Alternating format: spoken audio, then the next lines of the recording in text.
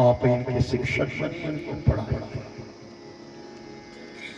और विषम पिता चले गए। सब बच्चों को गुरु द्रोणाचार्य ने बिठाया। मैं आज तुम्हारे लिए पाठ पढ़ा रहा हूं, इसे ध्यान से सुनिए।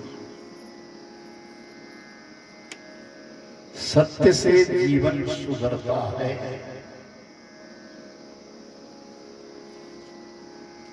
सत्य से जीवन सुधरता है। जाओ इसे तुम याद करके लाओ। सब बालकों ने प्रणाम किया और प्रणाम करने के पश्चात सब अपने अपने शिविर में चले गए। रात्रि बीती और दूसरे दिन प्रातः काल अपना संध्या वंदन करने के पश्चात गुरु महाराज के चरणों में जाकर के प्रणाम किया और सब बच्चों को बिठाया। तो गुरु महाराज ने पूछा कि बताओ तुमने पाठ याद किया? तो युधिष्ठिर को छोड़कर के सभी बच्चों ने कहा जो आपने कल कहा वो हमने याद कर लिया। युधिष्ठिर को पूछा तुम्हारे पाठ याद नहीं?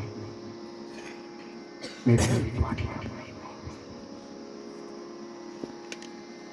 तो सब बच्चों को फिर दूसरा पाठ पढ़ाया गया। दूसरा पाठ पढ़ाने के पश्चात कहा कि तुम जाओ और इसका मनन करो, कल इसे याद करके लाओ। तीसरे दिन जब बच्चे इकट्ठे हुए फिर पूछा कि तुमने पाठ याद किया? युधिष्ठिर से पूछा कि तुमने पहला पाठ याद किया? कि मेरे से हुआ नहीं। एक दिन बीता, 2 दिन बीते, आज 10 दिन बीत गए और 11वें दिन आकर के गुरु द्रोणाचार्य ने फिर पूछा कि बताओ सबको 10 पाठ याद हो गए? सबने कहा हाँ हो गए। लेकिन युधिष्ठिर ने कहा कि मुझे तो पहला पाठ याद नहीं। क्यों? तुम्हारे भाइयों ने सारे पाठ याद कर लिए, तुम्हें क्यों नहीं याद?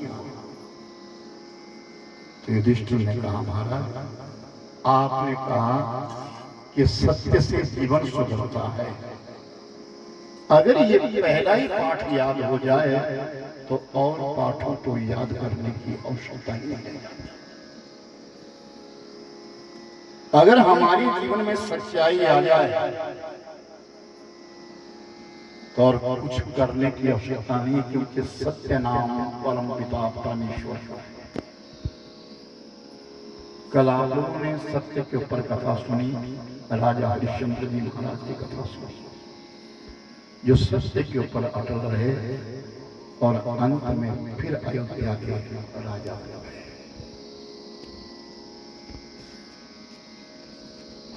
सत्य के लिए अगर जीवन का भी बलिदान करना पड़े तो कहा कर, प्रिय वस्तु भी छोड़नी पड़े तो छोड़ देना, क्योंकि सत्य एक स्वयं ईश्वर प्रभु परमात्मा है। इस संसार में आया हुआ इंसान, हर इंसान की मृत्यु है, मौत है, और ये पुराण हमको दर्शन करवाते हैं मृत्यु से बचाने का नहीं, मृत्यु को सुधारने का दर्शन देते हैं। मृत्यु तो निश्चित है, लेकिन वो मौत सुखी। जब आयु के अंतिम पड़ाव में जब पीड़ा होती है, वेदना होती है, दर्द होती है, तो वो मरने वाला ही जानता है कि उसको कितनी पीड़ा है। मृत्यु के संकेत है और 4 संकेत है। पहला संकेत है इन कानों के पास सफेद बाल होते हैं, ये पहला संकेत है। समझ लेना कि आईना देख करके समझ लेना कि जब हमारे कानों के पास सफेद बाल आने शुरू हो गए तो समझ लेना बुढ़ापा दस्तक दे गया है। लेकिन एक विडंबना है कि इंसान उन सफेद बालों को छुपाने की चेष्टा करता है, उसे रंगना शुरू कर देता है और झुटला देता है, उस परमात्मा की देन को झुटला देता है। नहीं नहीं, अभी मैं बूढ़ा नहीं, ये पहला करण समीप भयउ शीत के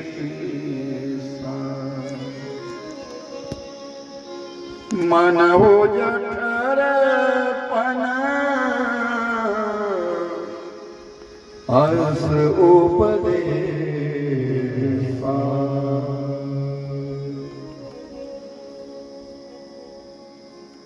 और राजा दशरथ जी महाराज, सम्राट चक्रवर्ती सम्राट राजा दशरथ जी ने आईना देखा था। आईने में जब अपने सफेद बाल देखे थे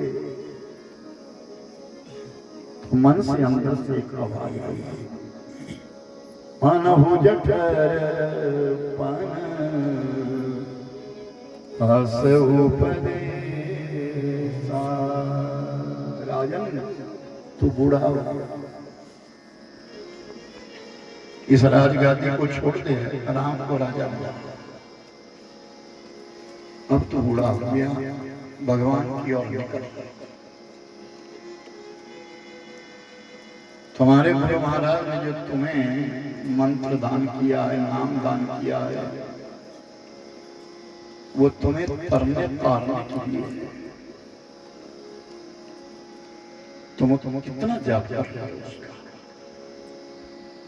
गुरु किसी का कष्ट हरण नहीं करता। गुरु का दिया हुआ जो मंत्र है वो तुम्हारे कष्टों का निवारण करता है। वो तुम पर है कि तुम कर क्या रहे हो। उन बालों को छुपाने की चेष्टा करता है इंसान, नहीं उसको रंगना शुरू कर देता है। लेकिन ये नहीं कि मैं आज तक एक माला करता था, अब मैं 2 करूं। अपनी माला को बढ़ाओ, अपने गुरु महाराज के दिए हुए मंत्र का अधिक जाप करो। दूसरा संकेत आता है कि आंखों से दिखना कम कम कम, ये दूसरा संकेत। जब आंखों से दिखना कम हो जाए तो समझ लेना अब हमारी तैयारियां हैं। तो लोग फिर भी सुमिरन के ऊपर ध्यान नहीं देते, चश्मा लगा देते। और अब तो चश्मे का भी रिवाज नहीं है, अब तो खाली लेंस डाल के रख लेते हैं, पता ही नहीं चलता कि इसकी आंखें चश्मे योग्य है। लेकिन फिर भी वो सुमिरन चिंतन नहीं करता। कहा गया है कि जब तुमको ऐसा नजर आ जाए ना तो बाहर देखना बंद कर दो, अपने अंदर में हमारी राह कहीं गलत तो नहीं, हम अपने जीवन में कोई गलत तो नहीं कर चुके हैं। अपने अंदर खोज, बाहर का दृश्य छोड़ करके तुम अपने अंदर खोज। और तीसरा संकेत आता है ये बदबसी, इन्हीं दांत ये गिरने शुरू हो जाते हैं, दांत टूटने शुरू हो जाते हैं। अच्छा अच्छा खाने को मन करता है लेकिन वो खा नहीं सकता। तो फिर उस पीड़ा, जो शरीर में जो पीड़ा होती है कि मैं खा नहीं सकता, दुनिया मुझे अच्छा नहीं देखेगी, मैं सुंदर नहीं लगूंगा, फिर वो दांत लगवा देता है, पत्थर के दांत लगवा देता है। और पत्थर के दांत लगाने वाला कहता है सुन, मैं तुझे ऐसे दांत लगाऊंगा कि तू चने चला जाएगा, लेकिन उसे ये मालूम नहीं कि दांत गिरेगी। वो चने चबाएगा कहां, उसकी जठराग्नि तो मंद हो गई। शरीर में एक अग्नि है अंदर, जठराग्नि जिसको बोलते हैं, अंदर एक भट्टी लगी हुई है, जो हम खाते हैं उसको वो पचाता है, पकता है अंदर। अगर उसकी आग बुझ गई हो तो दांत गिरने शुरू हो गए हैं और हमें खाया पिया पचेगा नहीं।